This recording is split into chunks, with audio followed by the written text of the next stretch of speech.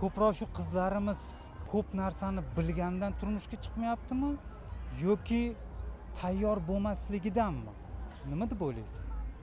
Menimcha bu hozirgi jadallashuv davrida ko'proq mana shu ijtimoiy tarmoqlar, mana shu haligi Instagram, boshqa ijtimoiy tarmoqlardan har xil kuzatuvlarda, har xil ko'rinishlar, videoroliklarni ko'rib, ular shunga ishonib qolyapti. Shu bilan qo'yni kuchi yong'oqqa to'layapti deb o'ylayman. Chunki ana shu maqtanib chiqayotganlar hammasi ham baxtli emas. O'ylaymanki, baxtli insonlar hech qachon o'z baxtini ko'z qilmaydilar.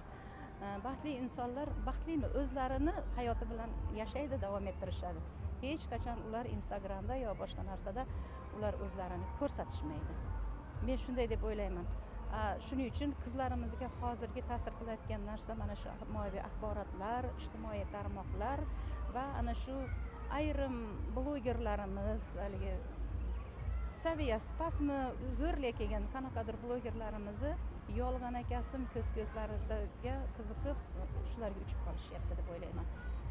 Shunaqa hayot xohlashyapti, lekin bu hayot yo'q hayot, mavhum hayot. Asl hayot esa o'zlarining qo'lida.